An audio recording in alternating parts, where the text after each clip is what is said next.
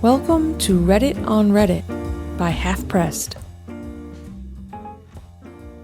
More creepy encounters. My neighbor's house was silent and blacked out for 3 years. Until last night. When we first moved into our neighborhood 3 years ago, I assumed the house across the street was abandoned. There was a massive tree deliberately blocking the driveway, multiple no trespassing signs, and every single window, including the garage, was covered in black trash bags, tinfoil, or taped up blackout curtains. No car, no lights, no movement. One of our first nights, my dog Nova ran over there while exploring. I followed her to the edge of the driveway. As I called her name, I heard rustling in the leaves. I assumed it was her. But then I heard what sounded like barking or whimpering coming from the garage. So I got closer. Suddenly, there was a loud, aggressive banging from inside the garage door, and someone yelled something. I couldn't make out the words, just a muffled voice. I panicked and ran. Nova came running back too, but I still don't know where she had gone. Eventually, we realized someone did live there. A middle-aged man, always alone. We've never spoken, except once. One afternoon, the only time I've ever seen him in daylight, he was walking his bike past our house. Our dog barked and ran toward him. He just calmly said, "Whoa, she's got teeth, don't she?" and kept walking. Since then, this has been a consistent pattern. He leaves the house around 10 or 11 p.m. every night. He rides a bike with no lights, always in total darkness. He returns around 7 a.m. before sunrise. Never turns on any lights. The house stays completely blacked out at all times. It became kind of a dark running joke, the ghost house across the street. Weird, but consistent. That's just how it was. Until last night. I was in my daughter's room, rocking her to sleep around 11 p.m. From the corner of my eye, I noticed a bright, flashing light, like welding or strobe lighting. At first, I ignored it, but when I stood and looked out the window, I saw that it was coming from his house. But that wasn't even the weirdest part. In the sky above his roof, there was what looked like localized heat lightning, flickering and glowing in the clouds, but only above his house, not the rest of the sky. No thunder, no storm, just this strange energy. The house itself stayed completely dark, except for the flashes coming from inside. Eventually, the flashing stopped. A thin sliver of light, probably a bedroom lamp, stayed on behind the blackout materials, and I saw someone moving inside the room. Then that light cut off too. At the exact same moment, the sky glow above the house disappeared. I went downstairs to tell my husband. While we were standing at the window trying to process it, I saw someone suddenly sprinting away from the house. So fast, I thought it was a person fleeing on foot. I almost screamed. But then I realized it was him, leaving silently on the bike like he always does. No light, no sound, just gone. I've watched this house for 3 years. Never a single light, never a single guest, and never a sign of anything normal. Whatever I saw last night didn't feel like a coincidence. It felt like I witnessed something that I wasn't supposed to see. And the weirdest part? It's now 1 a.m. as I'm writing this, and my baby has been restless all night, tossing and turning, like she's feeling it too. My friend and I were stalked at Ferrari World a while back. This happened a while ago at Ferrari World in Abu Dhabi. I was there with a friend, just having a normal theme park day. Riding coasters, walking around, grabbing food, the usual.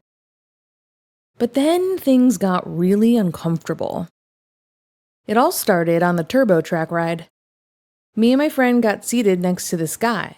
I don't know, probably mid-20s, full mustache. He looked more mature than your average tourist. After the ride ended, he started talking to us and asked if we wanted to hang out. We kind of laughed it off and walked away without really answering. But that was our mistake. As we walked through the park, we kept noticing him nearby. It wasn't a coincidence. He was clearly following us.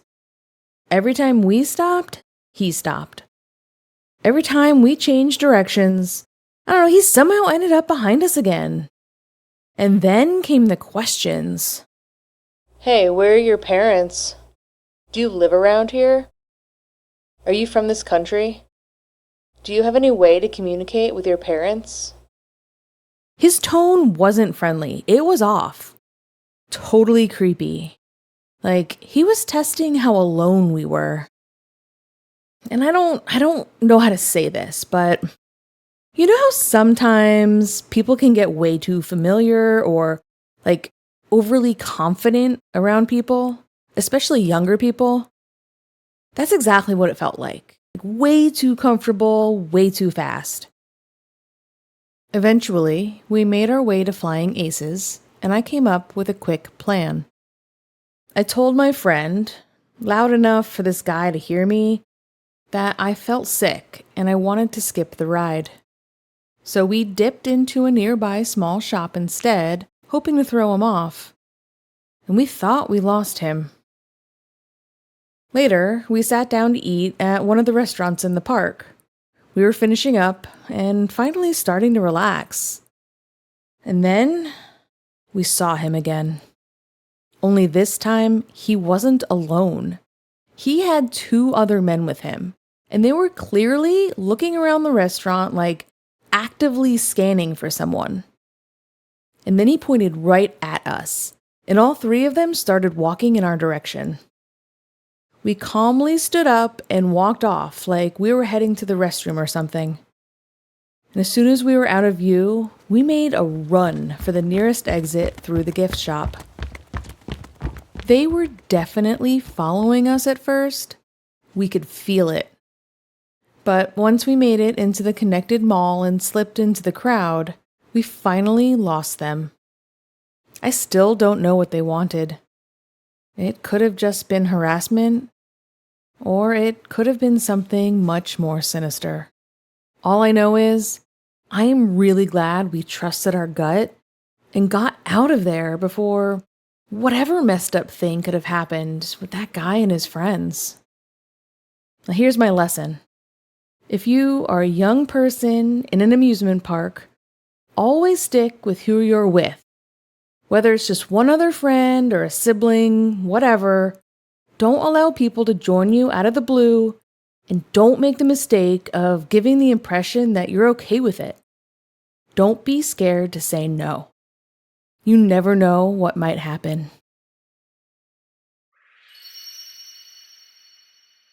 Weird guy. Alright, let me know if this was as scary as I'm making it out to be in my mind. This afternoon, my friend was home alone and we were on a call. Some guy knocked on her door. She looked out the window and it was this little blue van in her driveway. Thinking it was an Amazon worker, she opened the door, and a young man that apparently did roof measurements, I guess, asked if her parents were home, and she said no. He asked what time she thought they'd be back, and she said around 6. He then started asking questions like, What kind of dog do you have? because her dog was barking in the background. She told him she didn't really know his breed and that he was some weird mutt. He then complimented her eyes and her outfit, and then he asked, Are your parents at work or something? And she replied yes. My friend is a really attractive girl with big, pretty eyes and a small, petite body, which made it even more scary because you could tell that he was flirting. 10 minutes later, her dog starts barking again, and I was already telling her how weird it was that, this guy was asking so many questions and how stupid it was that she just revealed that her parents wouldn't be home, at least until later. She looks out her window, and there's no car outside. But her dog was still barking. And she was like, oh, he's probably just barking at a deer. And then there was that, rhythmic knocking on her door. I told her to absolutely not answer the door because it was probably that guy again. But she wasn't really taking it that seriously, and it really worried me so bad. The same guy then walked away down her driveway, which was weird because he had parked all the way down her driveway, where you couldn't see his car, when originally he had pulled almost all the way in. After this, she left and drove to my house, but am I crazy?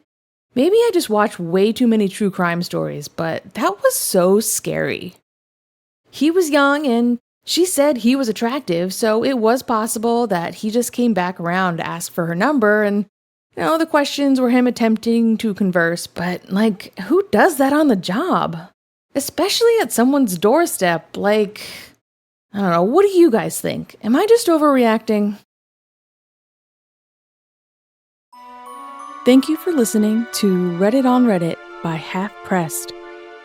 If you enjoyed today's video, you can hit like, leave a comment down below, or hit subscribe. And if you'd like to listen some more, I'll leave a link to the playlist in the description down below.